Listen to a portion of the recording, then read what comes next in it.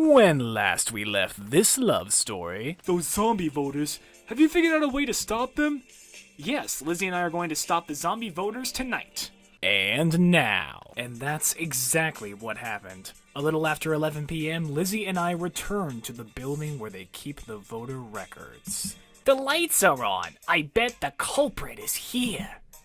I think I see them. They're pawing through the records as we speak. Still living. That's no good. Hasn't voted in 20 years, maybe. Oh, here's a good one. Died last year, but still on record. I'm copying it down. Stop! What are you doing?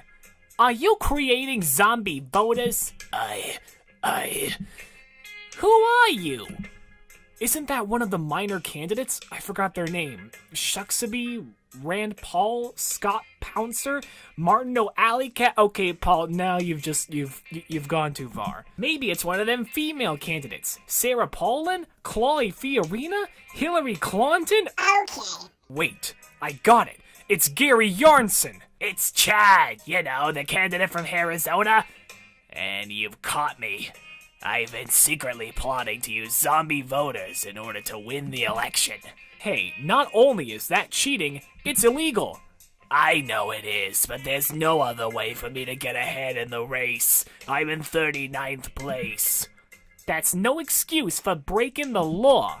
But I don't have a choice. My boss can be a really nasty cat. He's forcing me to do all sorts of bad things to stop the other candidates. Your boss? Wait a second. I knew I heard the name Chad earlier today. Are you the same Chad who used the laser pointer on DJ Nibbles during the debate? Yes, he's working for me. Oh God. Crusher? I'm paying Chad here to create zombie voters. For every 10 zombie voters he finds, I send one vote his way. A fair payment, don't you think? But that's election fraud. It's illegal. Haven't you ever heard what I've been saying all along? This election is a problem, so I'm gonna fix it. You can't fix this election. I can, and I will. Only you two know about my little scheme here. That means your problem, so I'm gonna fix you. Yikes, he's going to kill us. Maybe not. Don't forget, whenever someone talks about cats and fixing, they're usually talking about getting the cat spayed or neutered. That's not much better, Kathy. If only there was someone who could help us. Someone like... No one can save you now. I'll have your body sliced into pieces. Hey, boss, I didn't agree to this. Don't get cold paws now. Wait. Big bad H. Chad is fine with a little election fraud, but he can't handle murder. Huh. They interrupted me. I was going to say someone like my new boyfriend will help us. Huh? Your new boyfriend? Yes, he's got the situation under control. Right, Rocky? I've been filming the entire thing. This is the best undercover investigation of my entire career. Imagine catching 2 political crooks and murderers. It'll be headline news all over the country. Oh no, we're done for! No, we can still get away with this. Let's smash his video camera and... This camera is sending a live feed back to the station. Even if you kill us, everyone will know about it. No, I was supposed to be the president. Well, that just escalated quickly. Crusher and Chad immediately surrendered themselves to the police while Rock Patriot finished his undercover report. While all that was going on, I turned on Lizzie. So, wait. You're dating Rock Patriot, the reporter who rocks hard? I'm sorry, I know I should have told you earlier, but I didn't want to ruin his undercover investigation.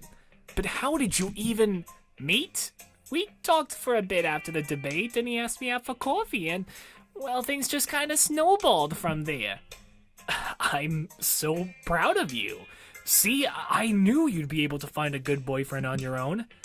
Yeah, he doesn't care that I'm not experienced with relationships. He likes me for me. This is so wonderful. I don't even care that I just lost my job. Yeah, kinda hard for you to work as Crusher's campaign manager while he's in jail. Still, this is great. We caught the zombie voters. We're heroes now. Hooray for us! Rock Patriot, real name Morton Smelly, got a few job offers after his report made headline news all over the country. He took a job in a larger city, my hometown. He said he did it so he could be close to Lizzie. I'm really glad she found a great guy like him.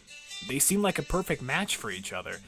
He's busy with his work most of the time, but Lizzie is happier than she's ever been. Plus, they've already hit the 1-month anniversary mark. It's the longest relationship Lizzie has ever had. I felt kinda sad when they left, though. I knew I wouldn't see them for a while because I would be with DJ Nibbles on the campaign trail.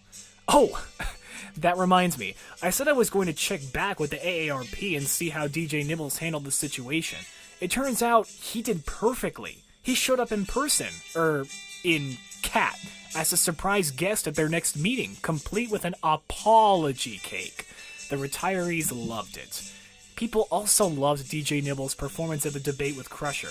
According to online polls, about 64% of the people thought DJ Nibbles won the debate. That's close to 2/3. Sadly, not too many people watched the debate, for a few reasons. First, none of the top 4 candidates were in it.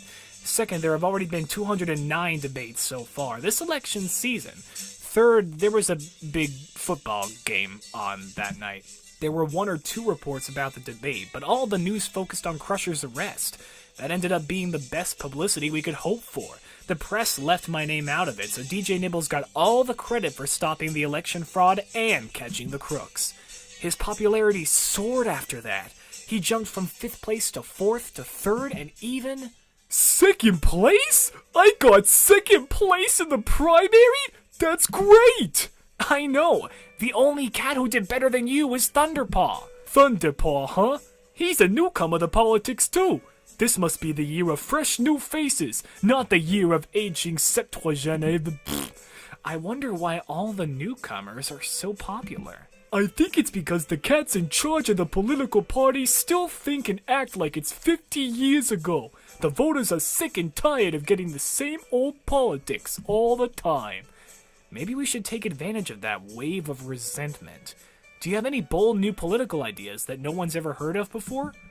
Absolutely! I want to double the amount of breaks that employees get. People need to be able to take more cat naps. Oh, sign me the fuck up, DJ Nibbles. Anything else? It should be illegal for people to use the same dish as a food bowl and a water bowl. Keep those bowls separate. Hey!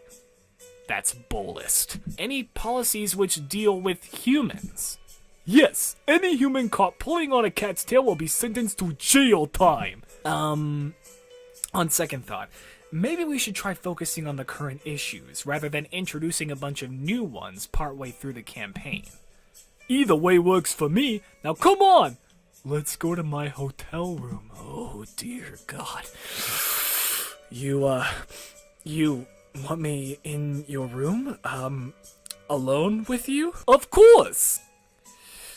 I would love to be alone with you. I would love to be alone with you. Just you and me, snuggled up close together. No one else has to know. What are you talking about? We're gonna celebrate our victory in Miala. Oh, right. Of course. Did you think that is, of course, romantic? DJ Nibbles tripped over his words, so I couldn't really hear what he was saying, but the one word that came through loud and clear was romantic. It doesn't have to be romantic, unless you want it to be. I don't want to pressure you. I like you, Kathy, but I've been so busy with the campaign these past several months, I just never thought about romance. I mean, who would honestly date a presidential candidate? Me! I'm sure lots of people would. Mostly just publicity seekers or clueless airheads. The smart candidates are the ones who are married before starting their campaigns, like Rover. President Daisy Doodle isn't married. Yeah, but every single person in the country knows who she is. Imagine trying to find a date when that's the case. You'd pretty much be forced to do anonymous, online dating. You've got a point. That sounds pretty rough. Is that why you've decided not to date anyone? Well, I'd like to try to find a girlfriend, but I'm constantly on the move, never staying in any state for more than a week at a time. We leave for New Clawshire tomorrow, you know, and it's going to be the busiest primary of them all. I thought the final primary would be the busiest one. You know, the one where everyone's scrambling for their last chance at getting the nomination? No, the last primary is South Carolina, my home state. I'm guaranteed to get a majority vote as the hometown hero. New Clawshire is going to be the tough one. That's where I poll the lowest. That was back when you were in 5th place. Now you're in 2nd. The people in New Clawshire won't be able to dismiss you now. Yeah. Hey, speaking of New Clawshire, did I tell you about the time DJ Nibbles launched into a story about how he accidentally ordered a salami sandwich instead of tuna on rye. My mind wandered back to our earlier conversation on romance.